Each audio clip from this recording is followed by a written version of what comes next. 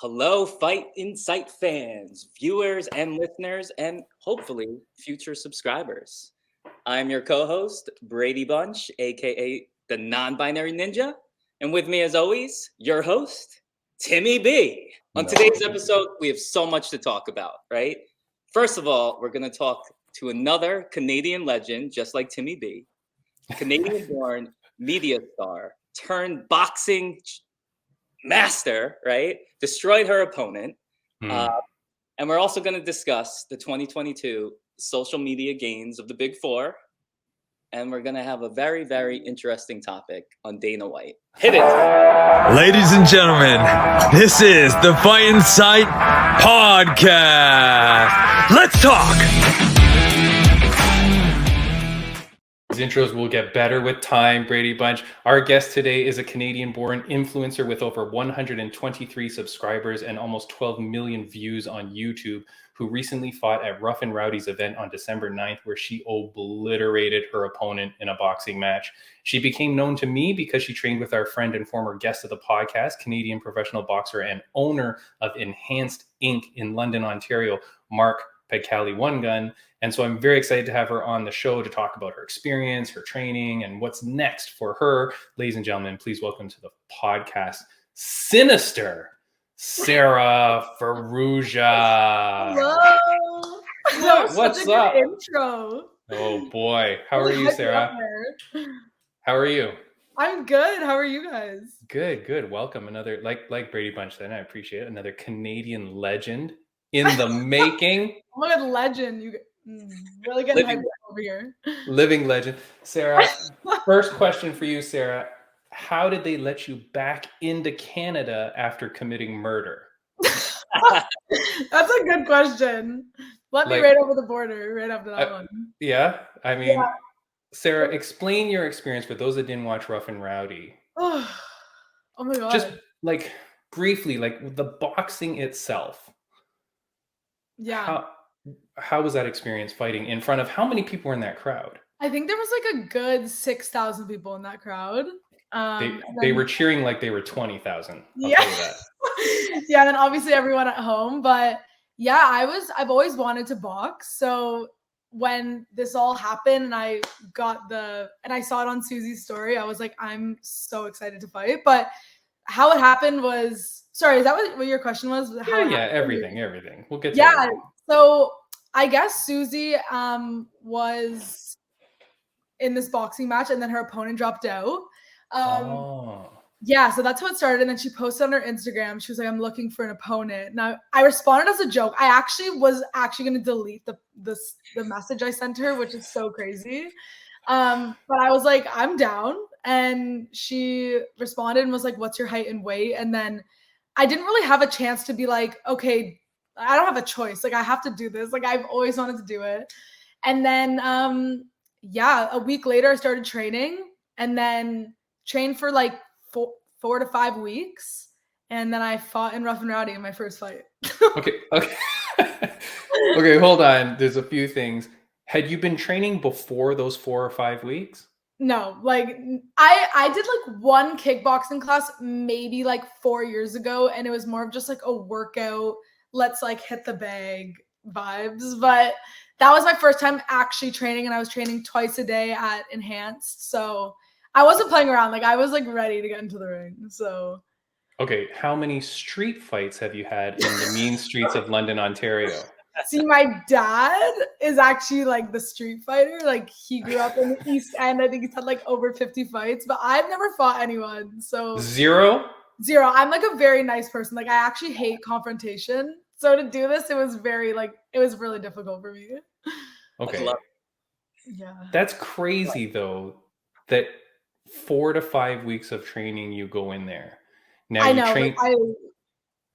I still don't believe it. Like it's so crazy. Go ahead, Brady. Yeah, were you ever like, I'm so bad with like age and everything, but were you ever like a college athlete, high school athlete? Because I was performance and hearing it 4 to 5 weeks, even more impressed. I know. I did play sports my whole life. I played basketball was my main sport. So I was captain of the basketball team in like high school. And then I played for a team called Ramblers. That was like more grade 5 to like 8, and then high school basketball. So yeah, I love like audiences and stuff. So I think I was fine with the crowd. But when I honestly like training in the ring made me so comfortable in that ring. Like as soon as I stepped into that ring, I was like, I don't even care what's going on right now. Like I feel like at home. But yeah, I played sports my whole life. I won like female athlete of the year in grade 8. Right. Yeah, I love sports. I've been playing sports my whole life. Yeah, but playing sports your whole life, like I played sports my whole life and all that, would not set me up to be in that 6,000. I really feel you're underestimating that number, because if you watch that Rough and Rowdy, that is bigger crowd than like a lot of events that happen with fighting. Yeah, it was a rowdy crowd. Like it was rowdy. Like there was a lot going on. They were screaming. I don't feel like there was any security in that arena. Like people just seemed to be everywhere. Yeah, there was security, but like I think they were just secretly fans dressed in. Yeah. That said, you had a large posse with you. It looked like you were coming in with like a lot of people around you for support. Yes. Like you were coming in representing Canada, which was cool. I appreciate that. You trained with Enhanced Inc. Like you're saying, okay, so 4 or 5 weeks you train. How long before you were sparring with people? Oh my God. Like, was it day 1, day 2? Like, how quickly did you have to get to that level? So Mark, my coach, literally was like, I don't let people spar for months usually. Yeah, because, of course. Yeah, it's just like not whatever. But so I started sparring 3 weeks in. Like that means you only had 1 week of sparring before the fight? Yeah, I technically had 2 weeks of sparring before the fight, but I also had to take a rest time off. So I had like a week and a half of sparring. And I actually only did like 4 sparring sessions, like 4 to 5. Good for you. But we did like that's crazy to me. I know. And then when we sparred, we did 3 minutes because like we wanted to build my endurance for the 1 minute. Yeah. But oh my God, every time I sparred after, I cried. Like it was not like the first time I did it, I got hit in the face so hard and just everywhere. I was like, what is going on? I don't know if I'm ready for this. But oh my God, the week before the fight, and actually like a few weeks before, I felt like defeated after almost every practice. I don't know why. I was just like, I feel like I'm shit. And then next time I would get better. And then I don't know, boxing's like your whole life. It's weird. Yeah, like okay, so I mean that's crazy and super impressive. But you know what? It's good for the people that watch this podcast that aren't fighters or that think that they can do it. There's a big difference between actually getting in there and doing it to your level. But when you spar, you have to spar people that are far better than you. Oh yeah. Because otherwise, what are you learning? And yes, you're going to be so defeated and so upset. But then the next time you get in there and you don't do as bad, you're like, oh, I am learning. I am getting that little bit better, right? Yeah. So, right. I mean, just crazy, like the transition. You've posted videos, and so I'm going to put it up on the screen. But for people listening only on audio, she's on Instagram. Your Instagram is at s.farr, F-A-R-R. Yeah. Sarah Farrugia was taken. Someone apparently has my name. So. Okay. And then everywhere else, like where people want to follow you, it's mostly on YouTube.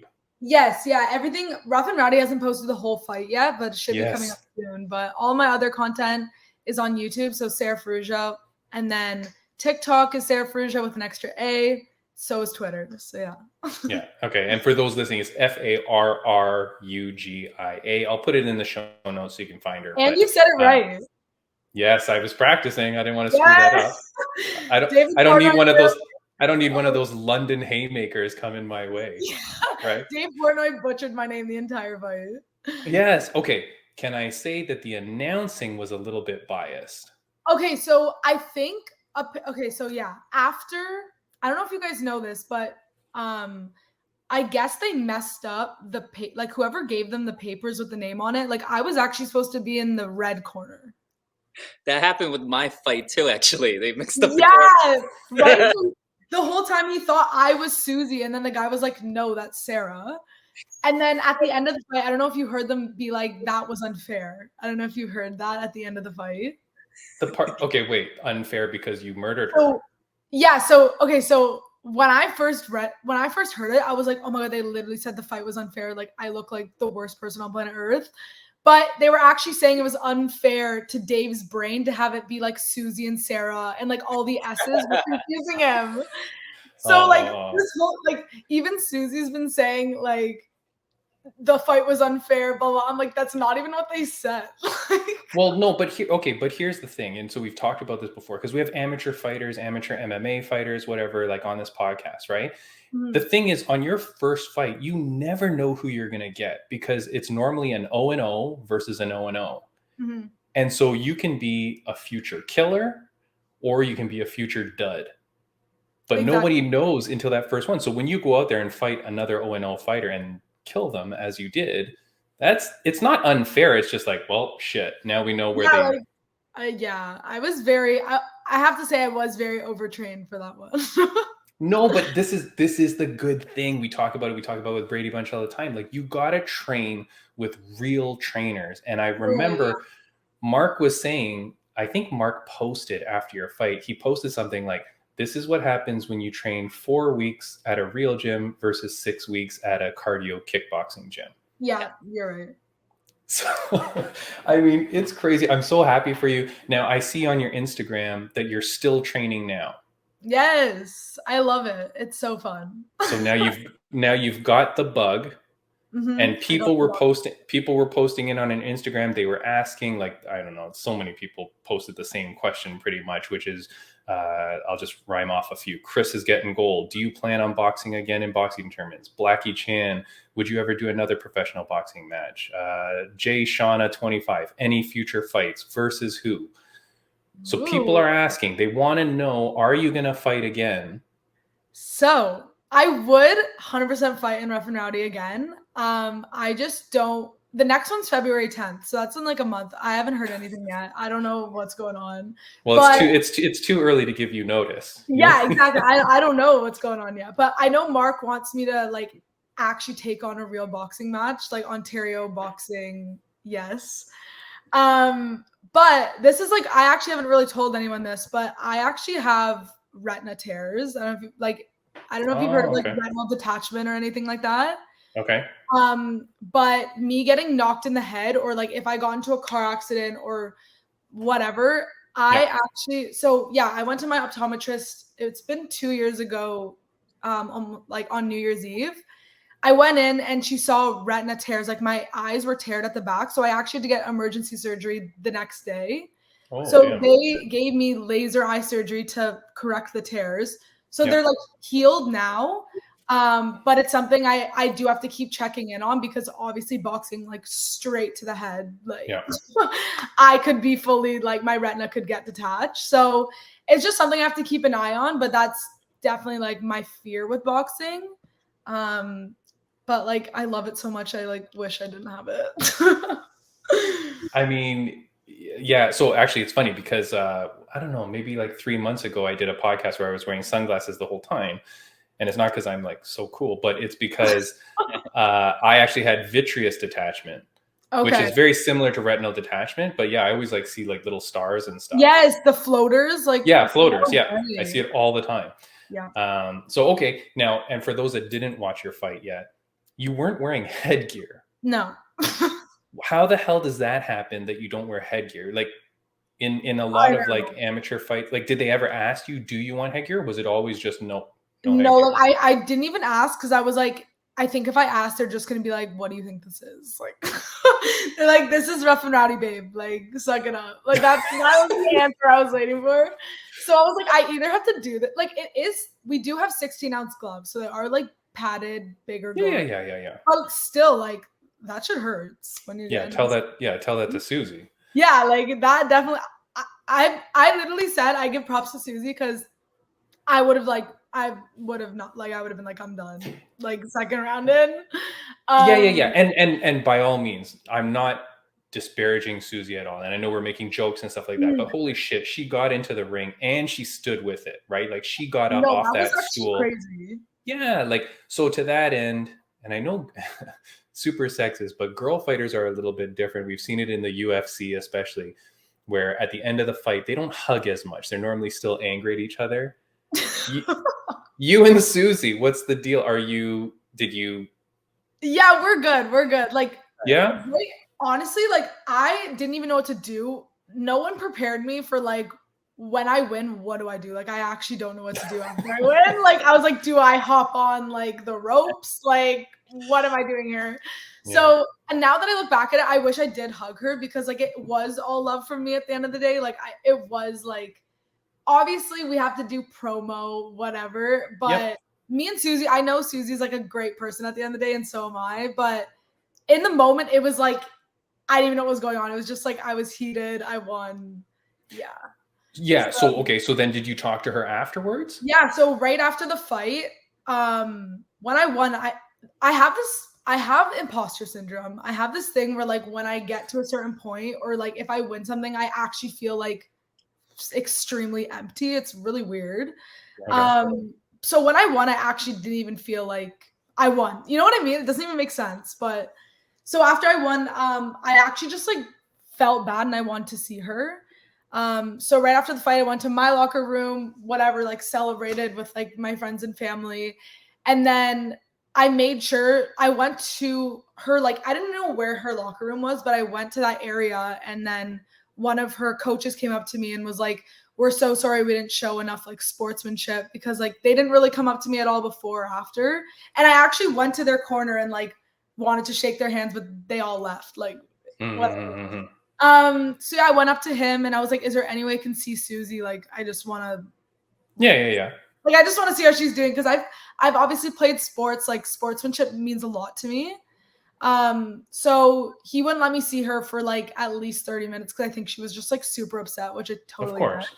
Yeah. And then after, like, 30 minutes, he actually came to my area, brought me in. There was, like, 40 people in her locker room, like, camera on me and Susie, and I was like, oh my God, this is, like, a lot. But yeah, I don't really remember what I said to her. I was just kind of like, you did so good. Like, even though that was, like, the outcome, like, let's go get a drink. Like, let's celebrate. Like, you still, like, we did that. We just, did that, right? So yeah, like, it's all love from my end. And so I think same with her. We've been, like, DMing, and, like, next time I'm in LA, like, I think we're gonna, like, hang out and stuff. So yeah. I have a question. Yeah. After her taking such an L, but props to her for stepping in the ring, does she have any desire to try boxing again? Or I did watch her, like, recent podcast, and I think she would. I think she just said she wanted to do, like, fight someone. Well, okay, that's the other thing that made me kind of upset because I know she's talking about the height difference. But Okay. Well, hold on. Before you get to that, let's just, like, hold on. Before you get, we're gonna get to the height thing. I'm just gonna play an audio message I received for you. Okay. Hold on. Let me just make sure that this plays right. Hey Sarah, it's Coach. I'm proud of you for all the hard work that you've done and winning this fight. But you are lying. You're not 5'6". You are 5'9", and you have longer reach than anybody else. No, he didn't. So Mark, why were you? Actually, I'm going to a different gym now. Like, we're actually. I thought it was gonna be, like, a motivational speech. No, it's calling you out, your own coach. Wow, Mark. So what's the deal with your height? What did you lie about? Okay. I actually just recently went on a different podcast. We literally whipped out the measuring tape. Like, all right. We got it done. I am 5'5", and when I texted her about my height too, I said I'm 5'5" to 5'6". I, like, even gave her that extra inch because I was like, I know I'm not 5'6", but I'm in that range. Yeah, she's just saying it was, like, a height difference, which, first off, height doesn't even matter in boxing. Like, it's not a height class, it's a weight class. The bigger they are, the harder they fall. Yeah, and, like, I've sparred the girl I was sparring. Her name's Danae. She's national champion. She was 5'1", literally beat the shit out of me. Yeah, like, of course. Actually, like, I have it on video. Like, I couldn't even touch her. No, that's the thing. So there was a guy that came on our podcast. He was my co-host for the he was the co-host for the Vanilla Gorilla Chase Sherman interview with UFC, and that guy Jackson, he would beat me up every time, boxing, Muay Thai, whatever. He would kill me. I couldn't even touch him.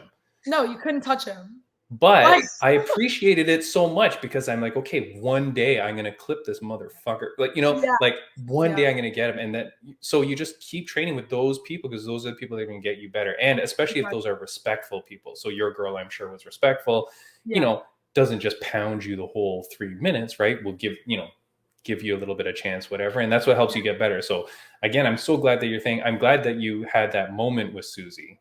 Yes, because that's nice, and it's Yeah, cool no, that you it guys was. become friends. Yeah, like I've actually met Susie before, and like obviously she was a part of the vlog squad, and I liked her energy then and there. So I was like, that's why when she originally came out, because we didn't really talk before the beef happened. Like she posted, and it was like this clout chaser like wants to fight, and I was like, oh my god! I was like, okay, we're like getting into this like right now. So yeah, we didn't have a chance to like talk as friends. It was just like beef. I didn't even know if it was real or fake. It felt real. So I was like, okay, I was like, let's do this. but that's good though. And I mean, I love Mark, obviously, but holy moly, the difference between a rough and rowdy fight for you versus like a real fight.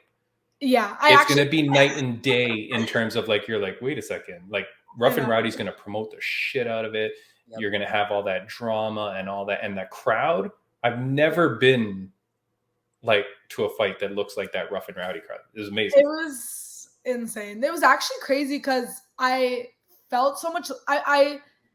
Originally accepting this boxing match, I was like, I'm going to be like the hated, like, this girl sucks, like we're here for Susie, which it like kind of was in certain ways, but I actually had so much more support than I thought I was going to, like especially from the other rough and rowdy fighters. Like I'm friends with like a bunch of them now, and like yeah, they're like a weird family that I don't know them that well, but like we're all friends, and the environment was so great. Like the police guards were like, good fight, like everyone was just so nice. So how crazy is that? I'm going to put a photo here. This is you and Coach Mark. Yes. There's our buddy. What's up, Mark? He's a great guy. We're going to have him back on the podcast again very soon as well in the new year. And then here's a gift you gave to him that he posted. Oh my God, yes. That's beautiful. I didn't even know we did that. Like pop off Timmy's. Wait, what? Tim Hortons, like I looked up, okay, so Mark's obsessed with Tim Hortons. I don't know, like the entire trip we were together, like he was just talking about like red eye coffees, like Tim Hortons. He's like, I wish there was a Tim Hortons in Providence. I'm like, all right. Yeah, so I looked up like Tim Hortons gift cards, so I was gonna get him one, and it was like personalize your Tim Hortons card. And I was like, okay. So yeah, I just threw a picture on there. It came in like 2 days. Oh, nice. Okay, well, I mean, I hope Tim Hortons sponsors this podcast. I was literally about to say, I just have said Tim Hortons like 10 times. yeah, post that on your Instagram and get us a sponsorship. Yeah, just keep like bleeping it out. Yeah, the picture I showed, though, again, for those on audio, was you gave him a Tim Hortons card that has the photo of you and him celebrating, like printed on it. So that was really cool. I thought that was nice. I'm glad to hear that you're going to keep training at the very least. And of course, now that you've got that bug and you've got that itch, it's guaranteed you're going to fight again, like at whatever point, but guaranteed you will. I know. It's like I'm on this like high right now where I'm just like, I won, but then I'm like, once I lose, I'm like, am I going to feel the same? I'm like, I almost don't want it to happen yet. Yeah. Well, it's not about how many times you get knocked down. It's about how many times you get up. Look, if you ever do lose, right, it's a learning opportunity. Coach Mark will walk you through all that, right? Like how to be able to deal with that. And I think that's what's important too about having a good coach and good people around you, is that they'll be able to walk you through that, right? Exactly. The emotions of the high and the low. So let me get to some other fan questions. What else did I have here? My one friend's mom said she sent one in. All right. Well, okay. What's your friend's mom? What's her handle? Oh no, I don't even know if she wants me to say it. Well, I would have read it out if I randomly picked hers. It's I think it's. Oh, okay. Hold on. That's near the top here of the list. She was quick to post in. I didn't even like this question. Do you plan on taking boxing seriously in any capacity? You're pretty damn serious. Helen, you're calling me not serious? Sarah versus Helen. Yeah. At the next Rough and Rowdy. Yeah, no. Yeah, I think she's saying as in like, well, I actually maybe do this like professionally. I think she's trying to ask. Sure. But yeah, one of my other friends was like, you should go pro. And I'm like, I don't even like know how to do that. Like, how do you even go pro? Like, that's crazy. Hey, you just keep taking fights and it will happen. Mark will walk you through that. But can I ask, okay, so you, for those that don't know you, you are famous through your YouTube? Like, the reason you get this fight is because you're an influencer, right? You have 123,000 subscribers. That's just a few more than I have. Like, you're famous through your YouTube though, through your YouTube videos and things like that. Yeah, I started YouTube I started YouTube like 6 years ago, but I started posting about like 2 years ago consistently. And my videos just started to take off like last year. So that was great. We're at like kind of I don't really know what my content is right now, but I think that's like the best part about being a social media creator, because it's like I don't really have a niche and I never did. And I'm like open to anything, obviously. Like, as you can tell, I'm ready to do anything. But yeah, I would love to do like reality shows, things like that. Like, that really interests me, and I guess we'll just have to see where the future takes us. Nice. No, congratulations. And that's good news, because another question that I had submitted, how do how do I quit my full-time job and become a full-time influencer? Oh, That's actually from my wife, who I really don't want to quit her full-time job. Yes. oh my God. For What would be people my that want- advice? Yeah, for like, that? what is your advice for? Okay, not my wife. Please don't say this to my wife. But No, your wife would kill it. your I already know it. your advice for people that want to become more of a successful influencer or vlogger or whatever it is. Like, what is your advice for that?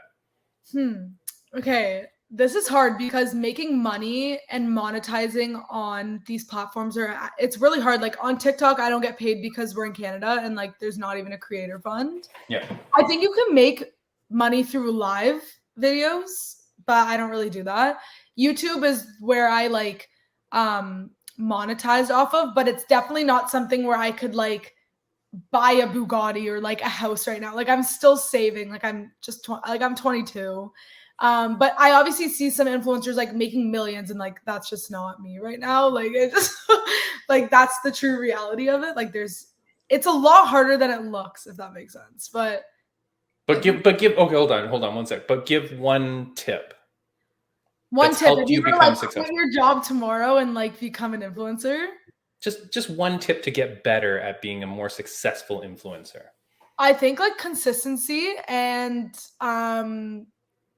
now that I see it, I'm like, I should have a niche. But if you like makeup, or if you do like grocery hauls, you love Costco, like those do really good. Like, you can really benefit off of anything. Like, you just gotta find that niche and like go with it. So yeah, that's my tip. My tip is just to find what you love and like just post and tell your real opinion on it, because people just want to see, like, people don't want the fake stuff anymore. Like, they just want to see who you are. Like, they want the real reviews. Yeah, I think we've come a long way too since like literally 3 years ago. And, Nice.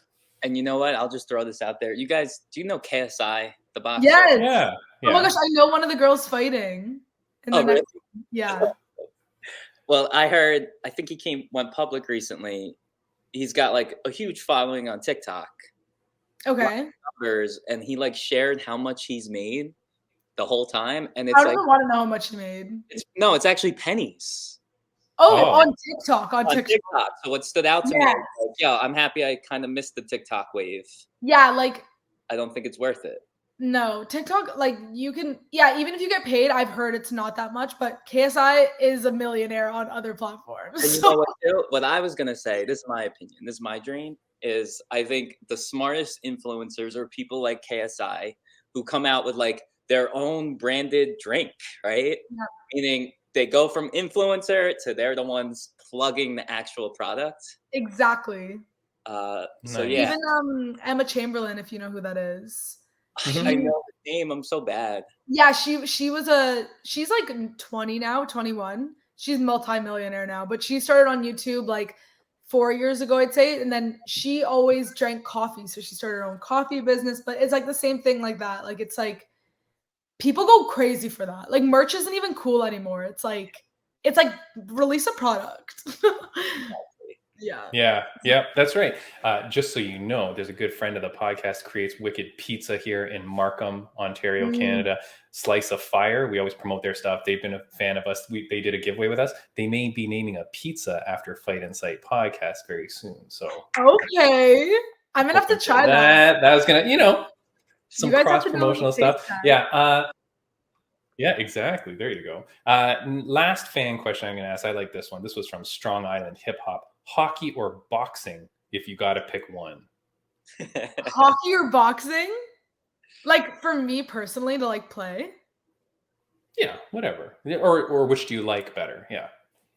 You know what's weird? This is a bit like very bad, but my dad's like a Toronto Maple Leafs stan. That's too bad. Hockey, I don't know why. I just like don't love hockey that much. I'd way rather go to a boxing event. But if it was basketball and boxing, that one's a bit hard for me. Interesting. All right. Yeah. And didn't Canadians technically invent basketball? Isn't that something I heard once? Is it basketball? Yeah, we looked about Joe. I want to say Joe. No, what the hell was the guy's name? Anyways, yeah, put a peach basket on the thing, blah blah blah. Oh my God. Sarah, do you not know your Canadian history? No, I knew. We didn't even make hockey, I don't think, though. Yeah, I don't know about that, but you guys definitely revolutionized it. Thank you, Canada.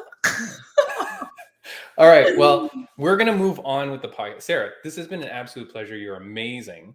And, thank you. Anytime, so fun. I can see why people follow you. I can see why people want to watch your videos. And in doing some research to get to know you, like I was watching some of your stuff. It's good stuff. So guys, do follow Sarah Farrugia at s.farr, Farr on Instagram, and then go find her on YouTube and everywhere else, right? Yes. Before we move on with the podcast, though, Sarah, is there anything that you want to say to our fans, viewers, listeners, your fans that are watching here? Is there anything that you want to leave them with before we move on? I guess that's so hard. I'm like being put on the spot. I guess like if I could say anything, if you follow me, you never know what you're gonna expect. I could be, jumping out of a plane next week. So you never know what's gonna happen on my channel, which is why I like it. I don't have a niche. I just do everything. So yeah, I'm happy to everyone that's like supported me this far too and like supported me during this fight. And I'm excited to see where we go. It's amazing, Sarah. I really appreciate this. This is so cool. Mark told me that you're a really cool person and said, yeah, you got to get her on the podcast. And so I'm glad that you did. Like that's the way that we find our guests too, right? A lot of people like recommend someone else. Yes. I can't believe he sent that voice note. Like I'm literally going to hold that against him forever. Definitely. Before we move on, I want to say next week on the podcast, speaking of referrals, we got a fighter coming on because I know her agent, but it is Tanya Nijar. She's out of British Columbia, and she's fighting on January 18th at Invicta Fighting Championship. So she has her first MMA fight with Invicta, which is a massive all-female league. So Tanya Nijar out of British Columbia, Canada. So very excited to have her. And some friends of the podcast update. We do this, Sarah. We always talk about like our former guests and how they're doing or what they've got coming up. Laura Gallardo from last season's Tough. She fights January 18th on that same Invicta card. Laura was on our podcast. We talked a lot about tarot cards and tarot readings and stuff like that. So she's a really cool person. Can't wait for her. Jenna Bishop. She fights February 25th at Bellator, her first Bellator fight. Slim Reaper, Ray Rowland. We had him on. He fights for the Up Next Fighting. He's fighting his second amateur fight January 28th. Go give that guy a follow. And then Jillian the Savage Robertson, Canadian MMA fighter out of Niagara Falls. Holy shit. She fought last week. We didn't even get to talk about this, Braydbunch. She was fighting a grappling event last week against the former UFC champion Rose Namajunas. She strangled her in 65 seconds. Game over. Oh my God. So quick. It was brutal. And I'm so proud of her and happy for her. Jillian the Savage Robertson. Congratulations to our good friend. Crazy. Where do I watch these? These are so fun. Wait, Like, this podcast is so fun, or the fights? What are you talking about? both, but I do want to watch the fights. Like that January. Well, they all seem cool, but January 18th. What like is that? It's like, on Invicta. I don't even know where Invicta is on anymore. I think it's on YouTube. Oh, okay. For that's Canadians, I think it's on YouTube. Nice. So it's all women fights. But yeah, some good fights coming up there. And then we'll meet Tanya next week. Like, I don't know Tanya, so we'll meet her next week. But I've been told by her agent, Remington, that she's very cool. So he never lies to us. Awesome. I do want to say shout out to Rageworks Podcast Network at rageworksnetwork.com. They're a podcast network that we're a part of. So thanks to them as well. Sorry, Brady. And all I was gonna say, Sarah, anything we come across, I'll shoot your way. Yes, send it my way. Yeah. And Sarah, when I'm saying these names of all these fighters, some of the professional ones, you don't seem like you recognize. Do you watch a lot of UFC at all? I watch MMA? okay, my like main gal is Christy Martin, if you know who that is. I love her. Okay. We actually have a picture of her in our gym. She's like my female idol for boxing. Nice. Yeah, and then obviously just like I do watch boxing, but I don't really know. Like I know like what's the one guy's name, like Canelo, like Yeah. Wait, All right. like, What about MMA though? MMA. Oh, someone said that I fight like Amanda Nunes. There you So, go. obviously that's hyped up, but like I've started following her. Obviously, like I know Ronda Rousey, but I'm like starting to learn it all. So All right. Well, I can keep, fall in love with it. yeah, Yeah. exactly. yeah, And- because there's a lot of great strikers like Amanda Nunes, right? Yeah. That you can take a lot of inspiration into the boxing ring too. Yeah. And all I gotta say too, Timmy, do you know Christy Martin? Mm-hmm. I think that's just really cool. Just with the whole, like crazy story behind her It's story. so- oh, you know what's so crazy? I actually messaged her on Instagram. Like, I didn't think she was gonna answer, but I messaged her before Rough and Rowdy, and she answered me. That's awesome. So Yeah, I, nice. was like, I'm literally gonna frame this. Like, I like thank you. But That's yeah, my awesome. dream would be to like meet her. She's so cool. That's pretty cool. Now, we're going to get to a really serious topic with the Dana White thing. But before we move to that, very quickly, I want to show this on screen. Social media, right? Sarah's here because she's a social media influencer, big online. We've talked with other UFC fighters that talk about how important it is to brand yourself and be important on social media, because then the promotions like you and they promote you, blah, blah, blah, right? Mhm. Well, what about the promotions themselves? Like, how popular are they on social media? And does that give us an idea of like who's number one in the world? So this is from our friends over at MMA_gains. And they showed the Instagram growth of the three major US organizations, UFC, PFL, and Bellator. Wow. UFC is sitting at 35.5 million. They gained 5 million followers in 2022. Oh my god. Bellator has 3.4 million, gained 400,000 in a whole year. And then there's PFL with 539,000, only gaining 56,000 in the year. That really puts into perspective how much UFC is blowing these other guys out of the water. And then for reference, ONE FC over in Asia, 7 million total. Wow. We don't know how much they gained because he didn't track them. That's how much we care about them, really. But isn't that kind of crazy how small those other guys are? Yeah. What even are the other ones? I don't know, Sarah. It doesn't matter. They're they're like the other organizations. They're the other big organizations, but like, so they're following again, showing it like it's 3.4 million. That's less than a lot of fighters have on their own. Yeah. And then PFL, which is like, if you talk to some people, it's the next big thing. Yeah. 539,000 UFC's followers. Huge. But you know what? It makes sense to me, the UFC, because they're so global, right? Yeah. Like they put their fingers in every nation. They're adding nations every year. Yeah. And they also do a lot of promo with like known influencers too. Like I've seen their name everywhere. Speaking of Dana White, even he hops on those popular podcasts. Well, yeah, I don't know if you guys know who the Nelk Boys are. No, who the hell? Okay, who the hell are the Nelk Boys? You don't know who the Nelk Boys are? Like, I mean, I know I've seen them with Dana White or whatever, but what are these guys famous for? So they are from Mississauga. Like I went to like one Mississauga, of their little parties. Canada? Yeah, Mississauga, Canada.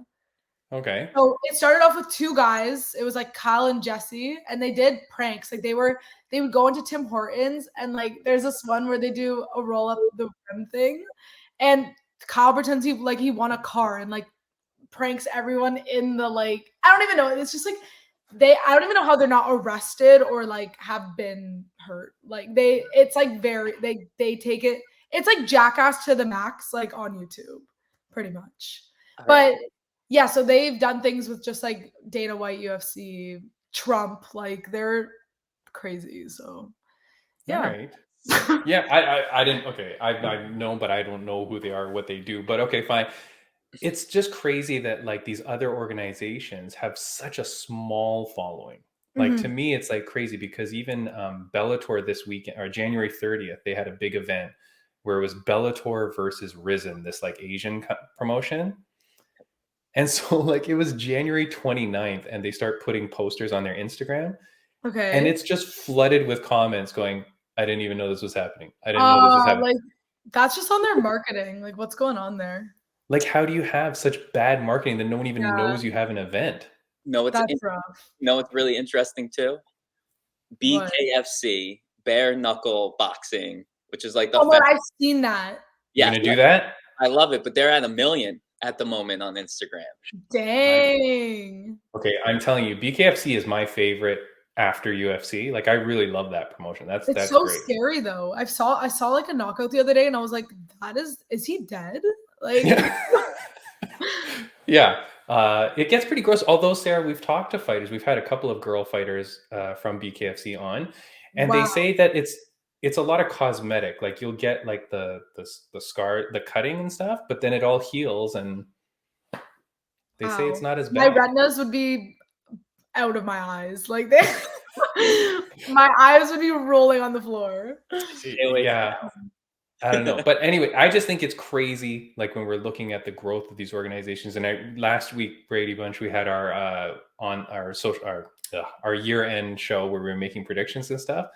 I swear one of my predictions, my second prediction was going to be that one of these companies is going to go under.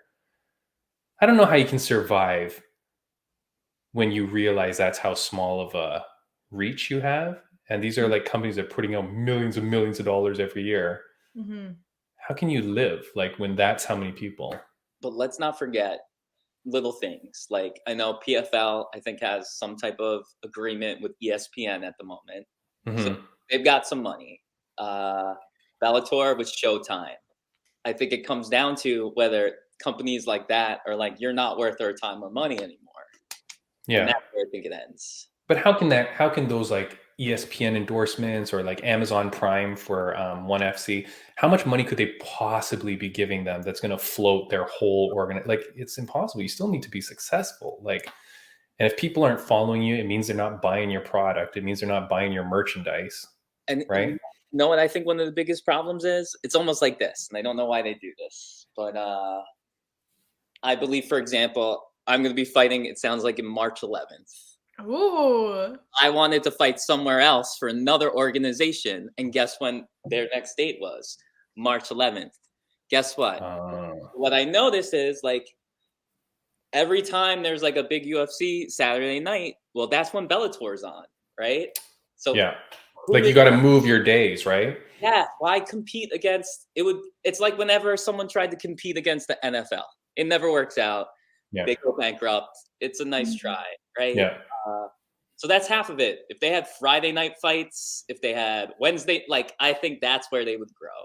Yeah, that's actually not a bad idea because that's in Invicta, the female organization, they do theirs on Wednesday nights, I swear. I'm pretty sure.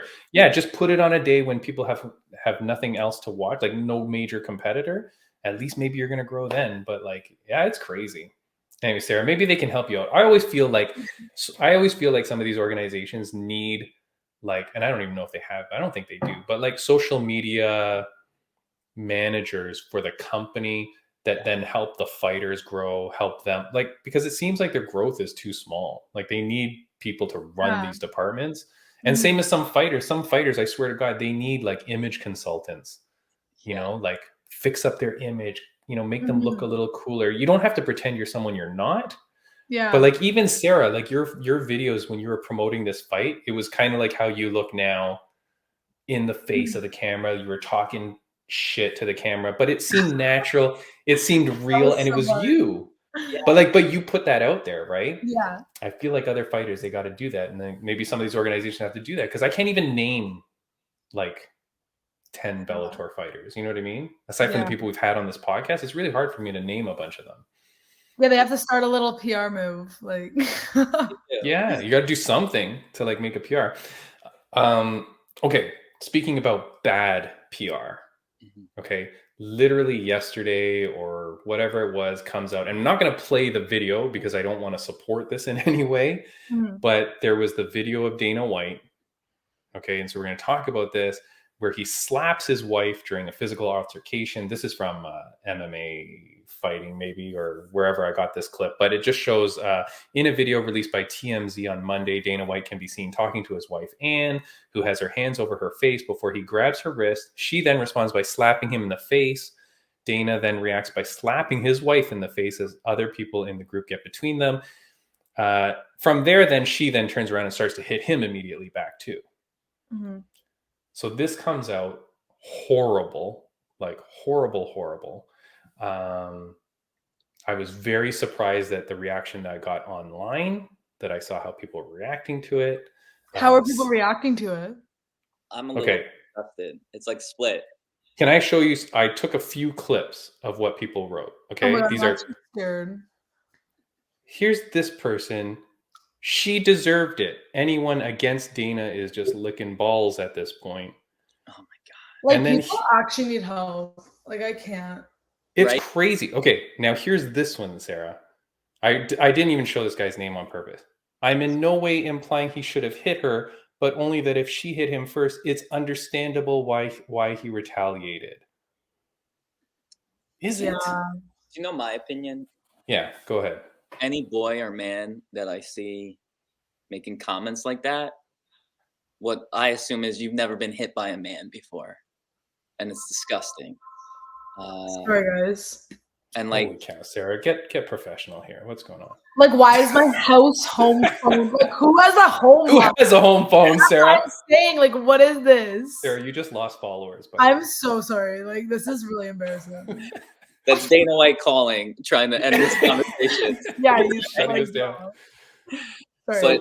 Okay, so you're saying if a guy says this? Yeah, I've seen so many men or boys, I'm assuming Andrew Tate followers, okay, supporting the fact that like she hit him first.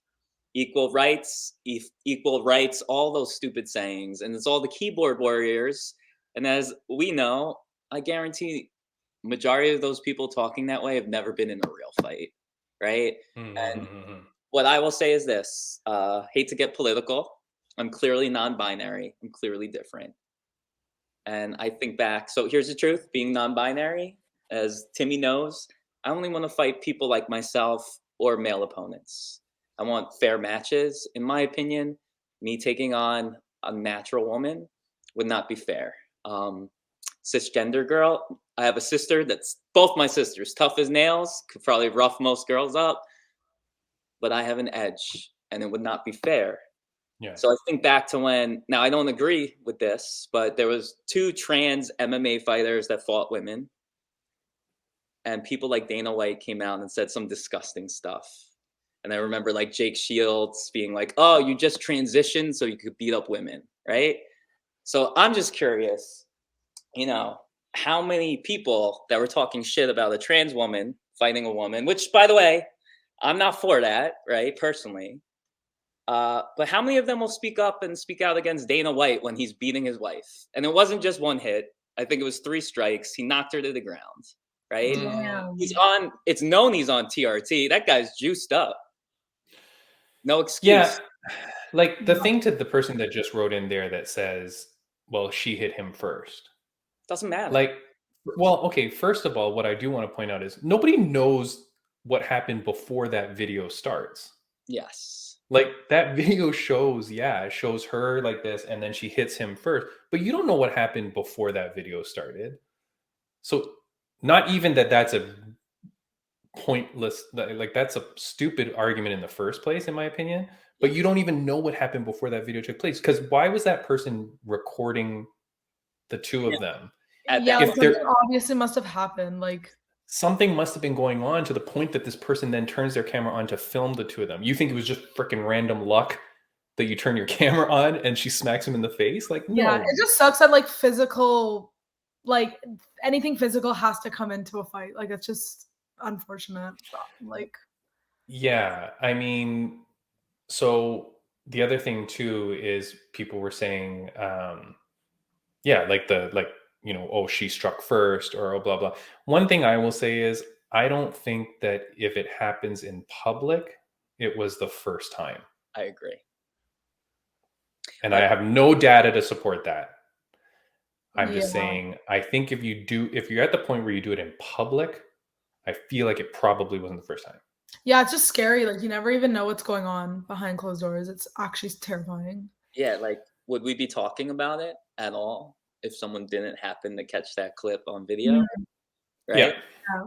Yeah, if you don't know. It is funny because last week on the podcast, I talked about how some guy was talking shit about our podcast and saying that we're always negative and trying to get people canceled and blah, blah.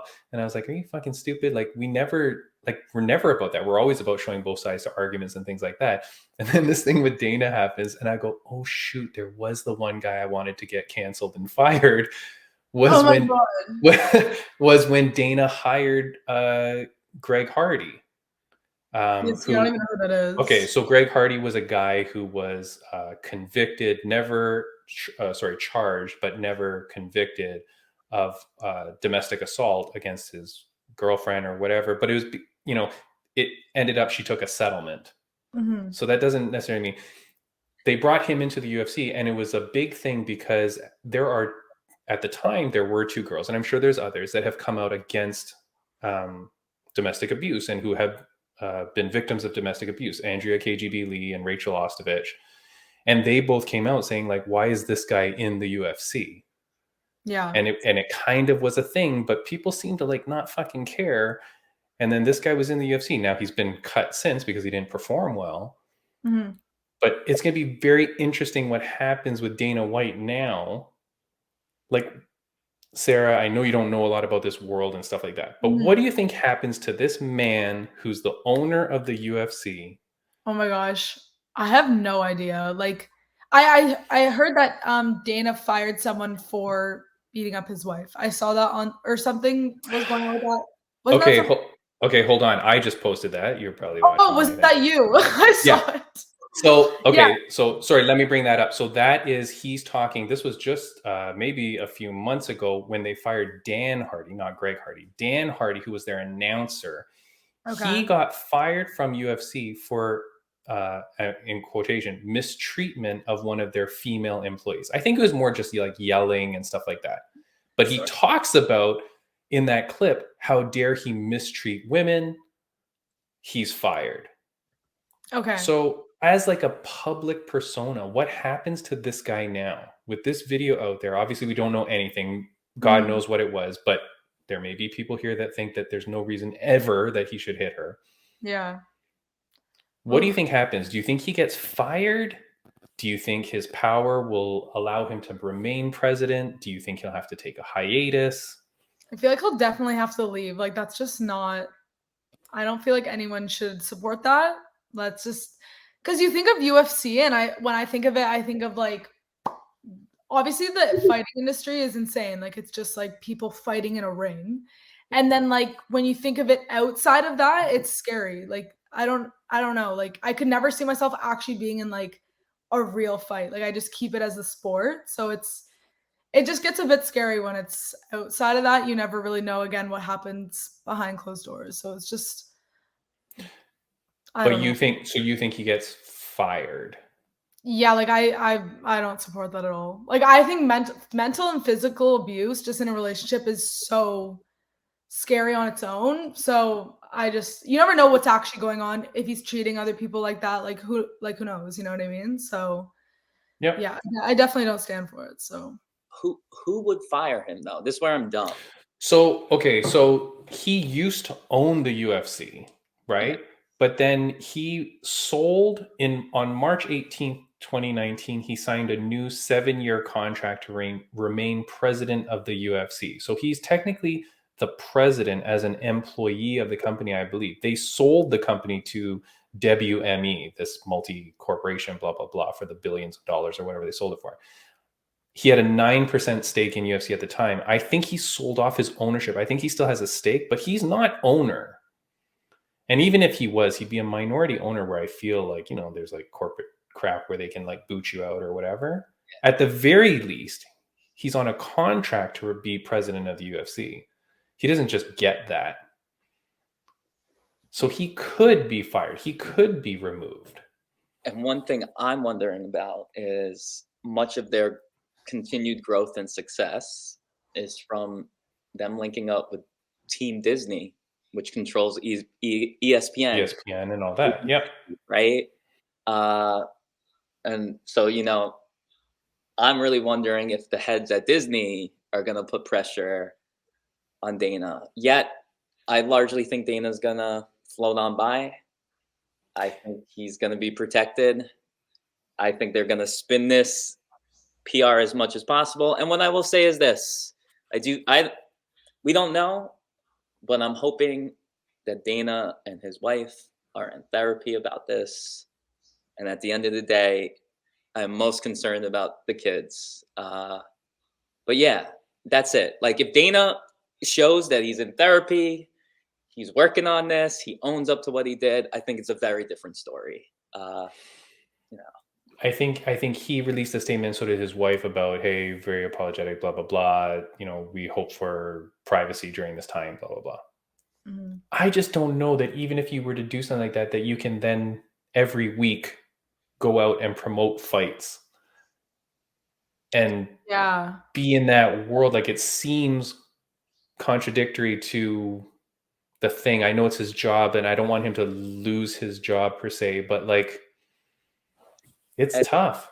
And you know what's so bad? So Sarah, he also just started his new venture is a professional slap league. Oh my God. And he literally was slapping his wife. Like this is a big push, his new big thing this year. Yeah. I can't imagine him. How can you promote a slap league? When I think it's actually like that's over. I don't know. Sarah thinks it's all over for him either way, which I agree. I mean, look, I don't know. That's just so scary. Like, ugh. I know. And I'm so sorry to make this a depressing end to the podcast, but like, look, this is huge news right now. Yeah, it's huge. I did want to acknowledge that, yes, I did, to that idiot's point, I did try to say I don't think that one guy should be earning a living and getting a job, which was that guy because of his past. But this is a crazy story. It's out now. And I'll tell you, to anybody listening and watching this podcast, be very cognizant of what people are putting online. Like, Sarah, you know about this, right? Like you're a social media star. You know how important it is to be careful about what you put out there. For sure. Like, people are saying shit like crazy defense of Dana, which, fine, we don't know the whole story, but they are putting blanket defenses that when you take them out of context seem really bad. Yeah. And so I'm just saying to my followers, viewers, and listeners, like, be careful what you put online. And that shit will come back to haunt you at some point when you start defending things like this. Like, it's better almost just to say nothing for now. Yeah, well, definitely. I definitely don't know too much about the situation, but what I've seen, it's just obviously wrong. So yeah. Anyways, I'm taking bets. I think the guy gets fired. I'm going out there and saying I think the guy gets fired. I think that this is the end of him. I don't think you come back from something like this. My bet is I'm going to make the opposite bet. I think he's got rich, powerful friends. I think he's got a lot of money, and he's based in America. Maybe if this was Canada, where people are a little nicer and have better, I don't know. I'm sure you guys disagree a bit, but I think someone like Dana White has enough powerful buddies who have done horrible things and have risen up to offices such as the President of the United States. I'm sorry, I don't want to get political. Yeah, they're like all friends, I think. So yeah. So like, I don't know. Sarah, you're thinking he gets fired. Yeah, I think I think he should at least be like, something should happen. I don't know. My last question for both of you, because you are both actual fighters. If you are a female fighter in the UFC, how do you have a relationship with that guy? Assuming what we saw is real, allegedly, all the asterisks as you want. If you're a female in the UFC, how do you deal with that? Do you like? That's just like such a. I don't even think I could look at someone the same. Like, I don't know.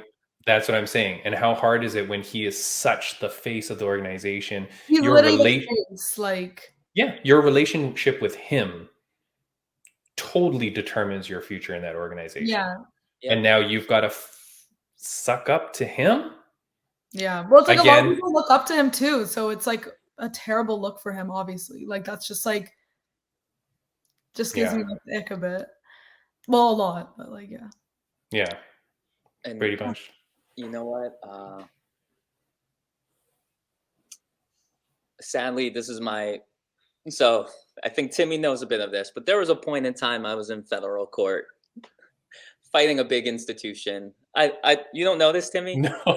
It's like what? Okay, hold on, but we don't have a lot of time to go now. But what? Right. But let's just say I won. New York City settled with me in federal court related to a violation of my rights. Disgusting story. This part of what turned me into a fighter. It rose up to the governor's office, all this stuff. I'm not going to get too far into it, but something that stood out to me.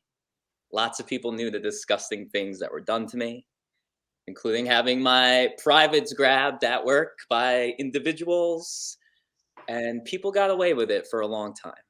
And if anything, it was my job that was in danger for speaking up for myself. Oh my God. In the end, I won after 3 lawyers and a lot of money. But one thing I will say is this.